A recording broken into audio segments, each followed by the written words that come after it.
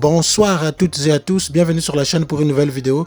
Aujourd'hui, comme vous le voyez, nous allons faire donc le grand débrief du match qui vient de s'achever, Paris Saint-Germain, Manchester City, donc qui s'est achevé par la victoire de PSG 2-0. Le spectacle annoncé était-il au rendez-vous? Il y a vraiment beaucoup de choses à dire sur ce match, sans plus tarder, on se retrouve après le jingle.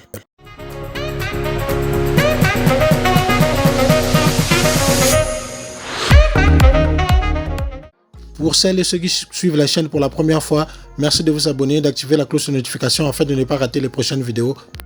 Nous avons donc pour ce match une opposition d'entraîneurs, donc Guardiola et Pochettino, eux qui avaient l'habitude de se rencontrer en première ligue auparavant. Ils se sont donc rencontrés ici en Champions League. On se rappelle d'ailleurs que Pochettino avait éliminé le Manchester City de Guardiola à l'époque où il était entraîneur de Tottenham. Commençons par regarder ensemble le 11 de départ que Mauricio Pochettino a mis en place pour ce match. Il faut dire que Mauricio Pochettino avait à sa disposition toute son équipe au complet. Le seul problème qu'il avait, c'est de faire le choix entre Donnarumma et Keylor Navas. Sur cette question, le technicien argentin a opté pour le gardien de la squadre Azzurra Donnarumma.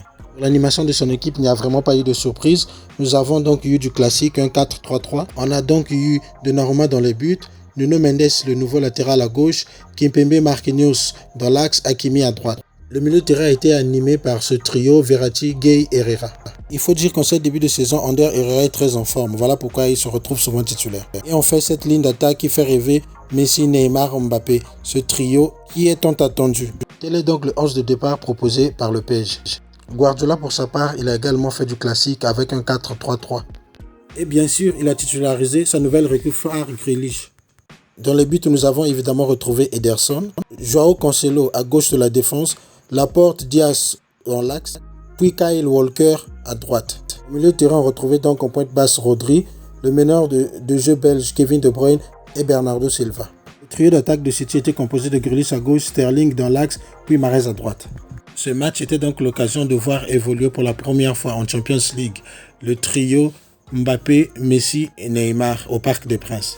Le premier quart d'heure de la première mi-temps a été dominé par le Paris Saint-Germain qui a d'abord ouvert le score par l'intermédiaire de Idrissa Gana Gueye qui est vraiment en forme ces derniers temps.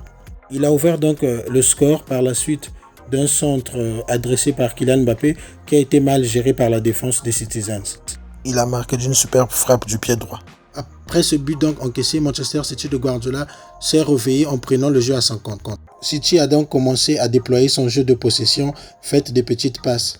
Manchester City par la suite a pu se procurer quelques occasions. Peu avant la 35e minute, il y a eu cette énorme occasion gâchée par les Citizens avec ce ballon qui a touché à 2 reprises la barre transversale des buts gardés par Donnarumma. Je me demande vraiment comment est-ce que Bernardo Silva a pu rater ce but. Manchester City est donc passé à 2 doigts de revenir au score. La suite de la première mi-temps, donc on a vu un Manchester City qui dominait le match et Paris qui procédait en contre jusqu'à la fin de la première période. Les deux équipes se sont donc quittées à la pause par le score de 1-0 en faveur du Paris Saint-Germain. La deuxième mi-temps a été la suite logique de la première, donc avec Manchester City qui dominait en contrôlant le ballon et le PSG qui procédait donc par contre. On doit donc reconnaître que le PSG a eu du mal à ressortir les ballons au début de la deuxième période avec ce Manchester City qui pressait haut et qui dominait quasiment le match. Ils ont longtemps joué dans le camp du Paris Saint-Germain en deuxième période. On a vu donc Riyad Mahrez qui essayait de déborder à droite et nous avons vu Joao Cancelo qui jouait carrément comme ailier gauche. City n'a pas pu revenir au score parce qu'on a vu un Sterling qui n'était pas en forme et Grealish qui était carrément l'ombre de lui-même par rapport au match précédent. D'ailleurs, Kevin De Bruyne non plus n'a pas été exceptionnel au cours de ce match. J'ai même oublié de signaler qu'en première période, il aurait dû logiquement être expulsé après un tacle dangereux sur la cheville de Idrissa Gana Gueye. Malgré tout, nous avons donc eu un Manchester City qui a dominé la seconde période sans toutefois être très dangereux devant les cages gardées par Donnarumma. C'est plutôt le Paris Saint-Germain qui a eu une grosse occasion à la 65e minute avec Neymar qui a failli trouver le chemin défilé.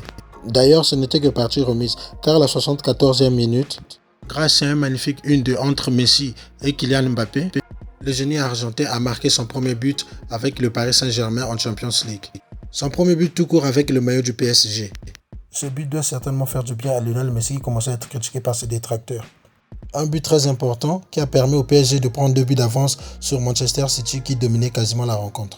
Le match s'est donc terminé par ce score de 2-0 en faveur du PSG. Passons maintenant à mes tops et flops de la rencontre. Je vais donc commencer par mes tops. Pour moi, le grand bonhomme du match a été Idrissa Gana Gueye, notamment grâce à son but. Il a été très dynamique dans la récupération du ballon et de la projection avec le ballon. J'ai noté aussi le bon match du jeune latéral Nuno Mendes qui a vraiment été très présent, surtout au niveau de la défense. Il a superbement défendu sur les attaquants de Man City. Superbe première rencontre pour Donnarumma en Champions League avec le PSG, avec ce clean sheet qu'il a pu réaliser grâce à quelques parades qu'il a faites durant le match. Enfin, ce trio, Mbappé, Messi, Neymar, qui ont été un peu peut-être discrets en première mi-temps, mais qui ont su tenir le ballon et amorcer quelques contres vraiment décisifs, notamment le second but, là où on a pu retrouver Mbappé et Messi dans pleine action. Je finirai sur mes tops. On dirait que toute l'équipe du Paris Saint-Germain a donc sorti un bon match. On les a vus défendre en équipe avec Neymar et Mbappé qui ont pu défendre aujourd'hui. Et vraiment, cela les a permis franchement de tenir à distance cette équipe de Manchester City qui n'a marqué aucun but ce soir. Dans mes flops, sans surprise, nous allons donc retrouver plusieurs joueurs de Manchester City, à commencer par Bernardo Silva. Lui qui a manqué donc cette occasion de égaliser en première mi-temps. Ça me fait un peu mal de le dire, mais je mettrai également dans les flops Kevin De Bruyne, car ce soir il n'a pas pu changer le cours du match par son talent. Il a également tenté quelques frappes qui hélas n'étaient pas cadrées. C'est vrai que je me répète un peu sur ce point, mais je pense qu'il aurait dû sortir par carton rouge lors de la première mi-temps après ce tacle sur Ganagay. Un autre joueur qui a déçu, c'est Grealish. Il n'a pas su être incisif sur son côté gauche. Dites-moi donc dans les commentaires les top et flops que vous avez retenus pour ce match. Voilà, nous sommes donc arrivés à la fin de notre vidéo. Merci donc pour le temps que vous avez accordé à mon travail. Likez, partagez si vous avez aimé la vidéo. Pour ma part, je vous retrouve dans une prochaine vidéo. À très bientôt. Ciao, ciao. Jet planes in the night sky with you. Getting high in the sunrise with you. Getting through all the bad times with you. I wasn't missing a thing, no I do. And I wish that I could better